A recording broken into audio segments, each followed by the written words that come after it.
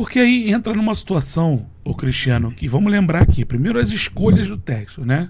Que desde o começo do ano foi aquela situação assim, não, o planejamento, até por conta do Mundial, né? Do Isso aqui eu não Intercontinental, quero. do Intercontinental, o Botafogo chegou ali. O ano só vai começar depois de abril. Mas o Botafogo chegou realmente para jogar contra a Supercopa, por exemplo, contra o Flamengo, uma semana antes, alguns dias antes, não lembro agora quantos dias foram, mas foi ali logo no começo. Realmente aquele jogo, não era uma semana antes, eu acho. Jogou um jogo do Carioca, né? E jogou contra o Flamengo. Foi aquele jogo que choveu muito, não foi? Acho que foi isso. É, aquele jogo lá. Lá no Belém. Então, assim, realmente aquele time ali ainda não tava abaixo até fisicamente do Flamengo. O Flamengo atropelou e tá tudo certo.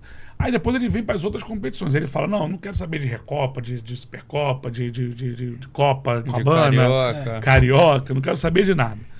A nossa competição é para o segundo semestre. Aí, beleza. Aí ele vai lá, tenta alguns treinadores, passa aí, né, um aqui, outro ali, não consegue fechar com ninguém. Aí fecha com Renato Paiva. Renato Paiva, que até pode ter boas ideias de jogo, mas na execução tá devendo muito. Tá. Passagem dele pelo Bahia, agora, né, no Botafogo, agora no Fortaleza, né? Então, assim, aí o Botafogo vai lá e ganha do PSG. Não, não interessa, ganhou, irmão, ganhou. Quando a gente for olhar, o Botafogo ganhou. Aí, beleza. Aí depois, contra o Atlético de Madrid, que podia atacar um pouquinho mais, foi jogar da mesma forma, acabou sendo punido, tomou um gol no final e o Botafogo acabou ficando de fora. O técnico vai demite o Renato Paiva. E aí acaba contratando o Ancelotti. Então isso já atrapalhou o planejamento. Só que tu contrata muito jogador. E não adianta tu falar que tu contratou esse jogador pensando a longo prazo, porque ele mesmo vende daqui a 6 meses, ele mesmo vende o cara, pô. Sim. Então o torcedor do Botafogo tem que entender que a SAF salvou o Botafogo. A SAF, ela deu condição pro Botafogo ganhar uma Libertadores e um Brasileiro. E os torcedores estão em êxtase com isso. Legal. Mas é aquele mesmo jogador que não forma ídolo. Já falamos isso aqui uma vez. Não forma ídolo. Porque o jogador chega e logo vai embora. Sim. O Igor Jesus já foi embora. Cuiabano. Só que voltou agora por empréstimo. O Jair. Não, o argentino lá, o Almada. Almada já foi embora. Almada já foi embora. Né? Luiz Henrique foi embora. Gregory foi embora.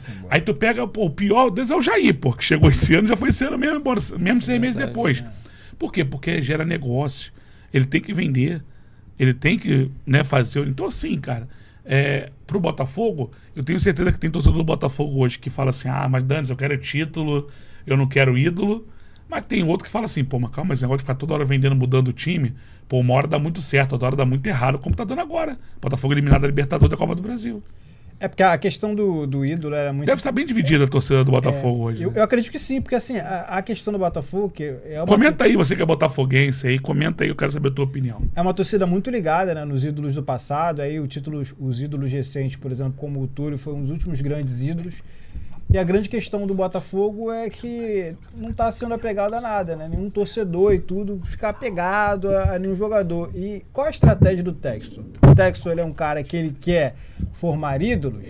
Na minha opinião, não. Eu concordo com o Castanho quando ele fala isso, que a questão do Textor não é fazer dinheiro. Então a ideia do dono do time pode ser diferente da ideia que o torcedor tem. O torcedor no Brasil, Castanho, ainda não reparou o que implica o modelo das SAFs. O modelo da SAF é cabeça do técnico, dinheiro do técnico, cabeça do técnico. Cabeça do dono, perdão. Cabeça do dono. Então a cabeça do dono é terra onde ninguém vai pisar, ninguém vai falar para ele o que ele tem que fazer, ninguém vai apitar no que ele tem que fazer. Por quê? Porque ele quer fazer dinheiro. Então se, por exemplo, o dono do lado do Cruzeiro imaginar, não, esse ano tem que vender X, Y, Z jogadores, mas ele é ídolo, problema, eu vou vender esse jogador porque eu quero vender, eu preciso fazer dinheiro. Mesma coisa com o Botafogo, o Textor vendeu vários jogadores daquele elenco vitorioso do Botafogo, inclusive algumas vendas bem estranhas assim, né, pareceu o Chaves vendendo churro para ele mesmo, né, Chaves fazendo venda de churro para ele mesmo. Então, mas essa coisa, cara, ela é complexa. É diferente do clube associativo, a esfera, a paixão, não tem paixão. É tudo frio, é negócio. Então o que a gente tem hoje é um Botafogo que a gente não sabe como vai caminhar para o restante do ano, a gente não sabe o que o Textor pensa e principalmente não se sabe o futuro da SAF do Botafogo. A grande verdade é essa, embora o torcedor, você botafoguense talvez não queira encarar isso, mas você precisa encarar de uma vez por todas que há coisas que vão mudar e elas podem não ser mudanças boas para o Botafogo e para a sua torcida. Podem não ser. Não por causa do resultado, mas porque vem acontecendo dentro do Botafogo internamente coisas muito complexas para um clube. O Botafogo, volto a dizer, viveu um período mágico no ano passado. Mas será que vai continuar vivendo? Futebolisticamente falando? É uma questão que só o futuro dirá, mas o horizonte não é tão bom. E pelo que a gente tem visto aí nas notícias que estão saindo, né? Particularmente eu confesso que eu não leio a fundo, mas eu acho que o Textor, cara, tá enfrentando problemas financeiros e pelo que eu acompanhei aí pelo Twitter, o Textor vem enfrentando problemas na justiça também, cara. Nos Estados Unidos, com as empresas dele, ele teve que vender o Lyon. E tem até uma questão que falam que o Savarino é do Lyon e o Lyon deve dinheiro ao Botafogo, que o Botafogo supostamente teria ajudado o Lyon nas transações financeiras, até com questão de jogador, para justificar as contas lá no fair play financeiro. E eu acho que o Botafogo pode acabar se prejudicando, cara. O Textor está todo endividado.